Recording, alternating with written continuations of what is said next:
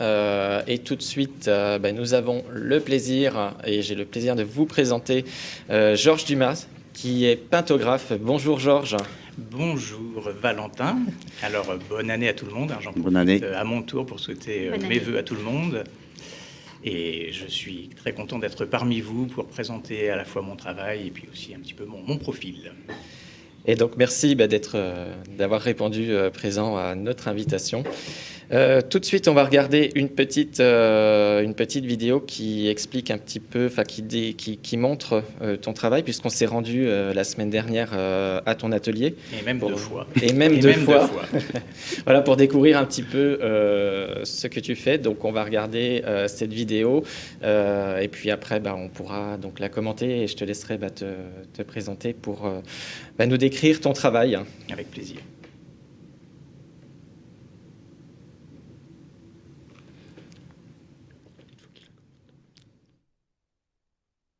La pièce principale de mon atelier, celle où je ne peux plus travailler en ce moment tant il fait froid, et l'acrylique que vous voyez briller à la surface de ces toiles ne supporte absolument pas le froid. Donc là, c'est presque la pièce d'apparat, la pièce d'exhibition quand j'ai des visiteurs qui viennent. Là, vous avez les deux toutes dernières toiles que j'ai réalisées au mois de décembre. Elles contiennent énormément de relief en acrylique. Là, ici, on se trouve dans la seule partie où je puisse travailler en ce moment, c'est sous une mezzanine. Alors, on ne voit pas le toit, mais en fait, c'est couvert. Donc là, j'arrive à m'isoler pour travailler. J'ai évidemment quelques tableaux au mur, comme vous avez pu les filmer. Voilà, c'est l'endroit où je travaille en ce moment. La vidéo est assez trompeuse. Ici, on a un tout petit tableau qui paraît énorme, alors qu'il ne fait que 25 cm. Alors que celui-là est déjà un peu plus important, un peu plus conséquent. On a des formats de 80 cm de côté. Donc, vente de Georges qu'on pourra retrouver en exclusivité donc, sur le lien qui vous a été transmis dans la vidéo. Donc, tout d'abord, Georges, ton travail et ton métier d'artiste, c'est d'être pintographe. Déjà, moi, je ne connaissais pas et je pense que beaucoup ne connaissent pas ce qu'est un pintographe. Voilà. Qu'est-ce que c'est ? C'est un néologisme. Alors, la pintographie, puisque c'est surtout ce néologisme que j'utilise depuis 12 ans maintenant. Dans le monde anglo-saxon, je croyais avoir inventé un mot valise entre peinture, le côté paint, puisque je l'écris à l'anglaise, et graphy, de photographie.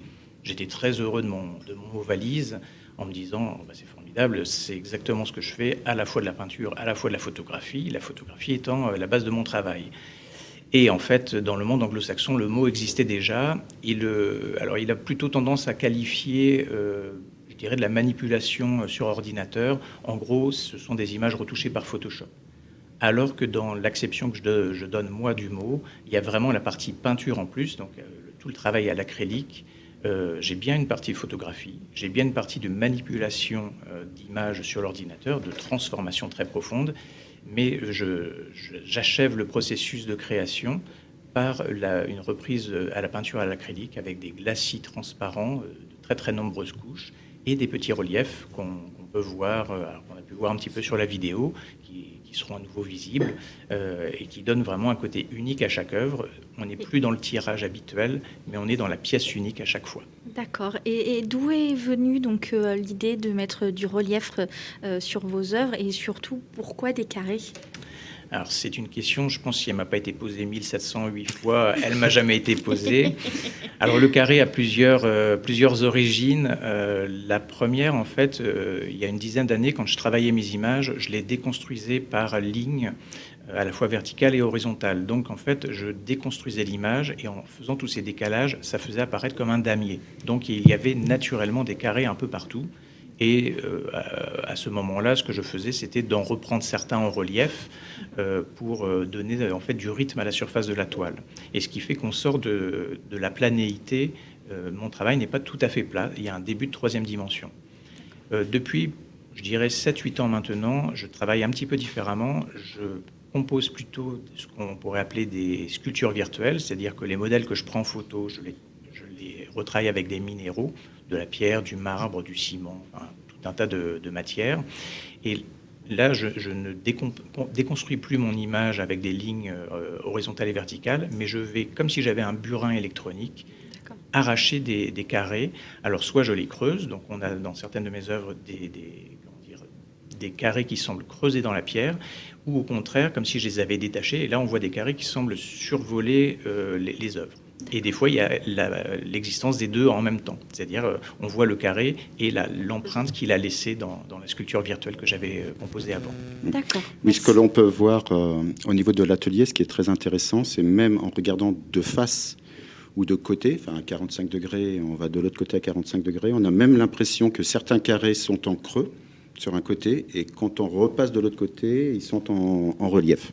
C'est ça qui est très intéressant et intriguant. C'est ce que j'appelle un trompe-l'œil absurde, puisqu'effectivement, visuellement, quand il n'y a pas les jeux de lumière qui permettent de voir le relief, l'œil voit quelque chose qui est creusé, et avec le déplacement soit du spectateur, soit de la lumière, ça dépend, et souvent c'est la combinaison des deux. Là, on s'aperçoit que c'est en relief. Donc, il y a quelque chose qui est complètement fou. On ne peut pas avoir un creux en relief. C'est impossible. Mais justement, ça fait partie du jeu. Et c'est, je dirais, tout l'intérêt de voir le travail en vrai. Quand on voit mon travail sur un écran ou dans un magazine, donc dans un médium qui est complètement plat, on ne peut pas comprendre cette notion de trompe-l'œil absurde. Il faut voir le travail. Et donc, c'est ce que disait un petit peu Valentin tout à l'heure. Vivement qu'on puisse avoir à nouveau des interactions normales et que la vie se passe dans le monde physique à nouveau, parce que on perd quand même certaines choses par l'écran. D'accord. Et comment gérez-vous ce contexte depuis un an maintenant? Alors le contexte évidemment est très très compliqué pour les artistes, comme il l'est pour les restaurateurs et tout un nombre de professions qui sont littéralement empêchées de travailler, et c'est notre cas.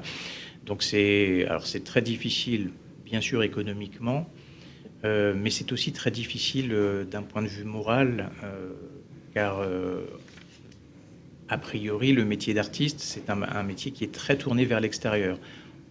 Alors il y a des artistes qui créent pour eux-mêmes, si je puis dire, mais enfin la plupart des artistes créent pour un public, créent pour être vus, créent pour dire quelque chose au monde, mais avec évidemment une interaction avec le monde. Si on n'a pas de spectateurs, pas de public, l'art est un petit peu vain d'une certaine manière. Et là, on est, même si certaines galeries sont toujours ouvertes, tout ce qui est centre culturel, exposition, salon ou foire, qui sont quand même des lieux très importants pour montrer le travail, tout ça c'est fermé, c'est à l'arrêt. Alors, on a eu quelques parenthèses un petit peu enchantées l'année dernière, à partir du mois de juin jusqu'en gros fin octobre, mais en fait, on est tout simplement privé de montrer le travail. Et pour être tout à fait honnête, c'est très très difficile d'un point de vue moral. D'accord. Est-ce que ça joue sur votre créativité en tant qu'artiste? Alors, dans mon cas, oui. Heureusement que j'avais plusieurs œuvres qui étaient en cours avant le deuxième reconfinement, ce qui fait que par un effet d'inertie ou d'entraînement, j'ai pu les achever. Mais j'avoue que là, n'ayant pas vraiment de perspective quant au moment où je pourrais les remontrer à nouveau, montrer mon travail à nouveau, j'ai beaucoup ralenti ma production parce que l'idée, pour moi, n'est pas d'accumuler des œuvres dans mon atelier et de ne pas plus savoir quoi en faire. Je crée pour les autres, je ne crée pas pour moi. Donc on va oublier 2020. Georges, quelles sont tes bonnes résolutions pour 2021 ? Alors, un petit peu comme toi tu l'as dit, je ne sais pas si on peut vraiment avoir des résolutions vu le contexte, un contexte qui nous dépasse complètement. Alors, je n'irai pas jusqu'à citer Jean-Paul II ou Jaurès, je vais juste parler à mon simple niveau. La seule vraie résolution qu'on puisse avoir, je crois, c'est de tenir bon, tout simplement. Ça paraît très modeste comme ambition, mais on est mis à très très rude épreuve. Il va falloir serrer les dents parce qu'on en a au moins pour encore 4-5 mois à être dans ce contexte très difficile où les hôtels, les restaurants ne pourront pas ouvrir, où les lieux d'exposition vont sûrement être très très impactés. Donc il faut tenir et c'est certainement ce qui va en complément de cette résolution-là. Essayer de commencer à penser différemment, nouer des partenariats différents. le monde de l'art, comme d'autres mondes, a été vraiment chamboulé. Et je pense que les partenariats ou les entraides sont très importants à commencer à constituer. D'accord. Et donc, je t'entendais parler d'hôtels. Donc, nous, avec Willowcart, le but premier de Willowcart est de mettre en relation avec des hôtels, des restaurants, des structures qui accueillent. Est-ce que toi, tu as déjà exposé dans des hôtels? Alors, je n'ai jamais exposé ni dans des hôtels ni dans des restaurants, pour la raison qui, à l'époque, me semblait bonne, mais ne l'est plus forcément aujourd'hui, que pour moi, ce n'étaient pas des lieux d'exposition. Ce n'étaient pas des lieux où le regard était suffisamment attentif pour se concentrer sur ce qu'il y a sur les murs, par exemple. Donc, le risque que je voulais éviter, c'est que mon travail, qui est vraiment artistique, ne soit perçu que comme de la pure décoration. Mais en discutant avec vous, ce qui paraît évident, et avec aussi Sophie Vercher par laquelle je vous ai rencontré, ce qui paraît assez évident, c'est que dans une certaine gamme d'établissements, on peut avoir vraiment quelque chose de très qualitatif, où on n'est plus dans le seul domaine de la décoration, mais dans vraiment quelque chose qui apporte du contenu et qui apporte du sens au séjour des personnes dans les hôtels, par exemple, pour prendre les cas des hôtels. Alors, il me semble que Vanessa était très intriguée par une œuvre. Oui, effectivement. J'ai pu voir sur les œuvres que nous allons donc présenter en exclusivité, donc une œuvre avec un masque. Donc, je souhaitais savoir voilà, si la date sur ce masque avait une signification particulière, notamment donc, à 1984. Je pense que la réponse est presque dans la question. Le masque, il me paraissait impensable pour un artiste de ne pas évoquer d'une manière ou d'une autre ce qu'on est en train de vivre. Parce que on est sous période de couvre-feu, ce qui n'était pas arrivé depuis la Deuxième Guerre mondiale. On a même, un confinement qui n'était tout simplement pas arrivé, je pense, depuis 1832 et le choléra à Paris. On est en train de vivre vraiment quelque chose d'exceptionnel. Et le masque, dont on se gaussait un petit peu quand c'était les Asiatiques qui le portaient il y a 15 ans, voire 18 ans, parce que je crois que c'était en 2002, lors de la première épidémie de SARS, c'est quelque chose qui n'est pas du tout dans notre culture. Or, c'est devenu un symbole de la période qu'on est en train de vivre. Donc, comme moi, je voulais absolument laisser une trace dans mon travail de ce que nous vivons, le masque s'est imposé de lui-même, surtout que graphiquement, il est à la fois comme un bâillon et il est aussi quelque chose qui ne permet plus de voir le visage des gens. Donc, quelque part, ça déshumanise. Alors, dans l'œuvre à laquelle vous vous référez, qui s'appelle Big Mother, évidemment, le 1984 est une référence au roman de George Orwell, qui est sur le totalitarisme stalinien à l'époque. Mais ce qui est très puissant dans cette dystopie qui a été écrite il y a 70 ans maintenant, c'est qu'on retrouve finalement les ferments de ce qu'on connaît aujourd'hui, à savoir une surveillance généralisée jusqu'à la délation, et un rapport avec la vérité qui est très très problématique. C'est-à-dire que la guerre c'est la paix ou la paix c'est la guerre. En fait, on peut dire tout et n'importe quoi. Par cette œuvre-là, par le fait de mettre un masque sur une femme nue, donc la nudité et le mouvement de cette femme nue exprime plutôt la liberté. Or, elle porte ce masque qui est à la fois une protection sanitaire, mais aussi un bâillon. Et donc, il y a ce côté, assez totalitaire que nous vivons. Et par ailleurs, on est quand même, toute la population accepte ce qu'on est en train de vivre en ce moment, parce que c'est pour notre bien, parce que c'est pour de bonnes raisons. Et c'est, je dirais, contrairement au totalitarisme stalinien de l'époque, on est plutôt dans une espèce d'emprise du bien. C'est-à-dire, on materne les gens. C'est pour ça que c'est pas Big Brother, mais Big Mother. On materne la population, on lui dit quoi faire, on l'infantilise. Et voilà, il y a tout ça contenu. Mais évidemment, là, voilà, je vous donne l'explication. Et vous pouvez regarder le tableau comme vous voulez, puisque de toute façon, je ne serai pas toujours à côté pour donner les clés de lecture. Donc un tableau s'apprécie aussi sans tout ce texte. Tu nous avais informé la dernière fois qu'il y a un passage par rapport au temps où apercevais qu'il y avait de moins en moins de personnes qui osaient se faire tirer le portrait. Est-ce que tu as quelque chose à dire par rapport à cela? Et même par rapport à tes œuvres, est-ce qu'on peut personnaliser, je dirais, quelqu'un, l'un de nous peut être personnalisé dans tes œuvres? Alors, je sens dans la lueur de tes yeux que tu veux poser pour moi. Ça, je suis absolument ready.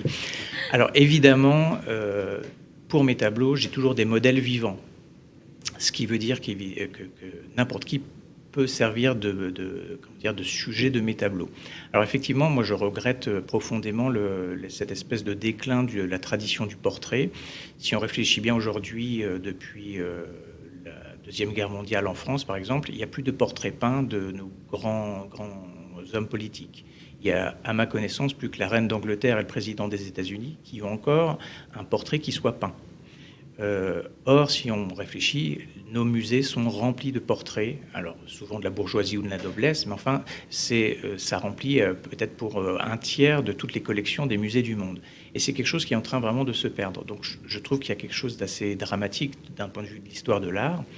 Alors bien sûr, il y a toujours les portraits Harcourt, mais même en photographie, la tradition du portrait est en train de se perdre. Alors, par mon travail, qui mêle et la photographie et la peinture, j'espère un petit peu réconcilier les gens avec cette idée de se faire tirer le portrait, parce que se faire tirer le portrait, alors évidemment, on est dans une époque de narcissisme absolu où tout le monde fait un selfie, mais c'est pas la même chose, faire un portrait. Là, c'est un regard extérieur, c'est pas son propre regard sur soi. Il y a forcément une partie de lâcher prise. On se confie aux mains de quelqu'un d'autre pour avoir une représentation de soi. Et le fait de le faire dans des tableaux qui sont peints et qui sont destinés à durer, c'est aussi, d'une certaine manière, dire, ben voilà, là, c'est un moment de ma vie que j'ai envie, ou une partie de moi, ou un aspect de moi que j'ai envie de, entre guillemets, graver dans le marbre, de garder pour longtemps.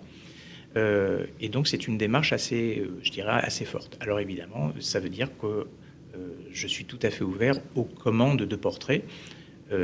Les modèles que je prends habituellement, c'est moi qui suis demandeur, c'est moi qui vais chercher des modèles pour faire des œuvres, mais la démarche inverse, l'impulsion inverse est évidemment possible. Des gens qui se disent « Ah, dans telle tenue, j'aimerais bien être immortalisé », et bien évidemment, je peux m'en faire l'interprète. Très bien. D'accord.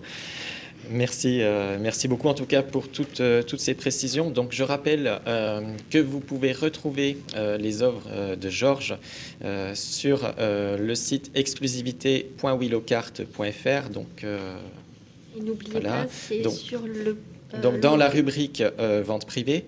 Et donc voilà, nous avons l'ensemble des œuvres que nous avons défini de mettre en avant avec toi lorsqu'on t'a rencontré. Alors je fais une petite précision. Les œuvres que je vous ai confiées sont vraiment exclusives puisqu'elles ne sont sur aucune autre plateforme de vente en ligne alors que je suis présent ailleurs. Donc c'est vous vraiment qui avez les 6 œuvres en question en vraie exclusivité. D'accord. Merci pour la confiance. Merci Avec plaisir. beaucoup.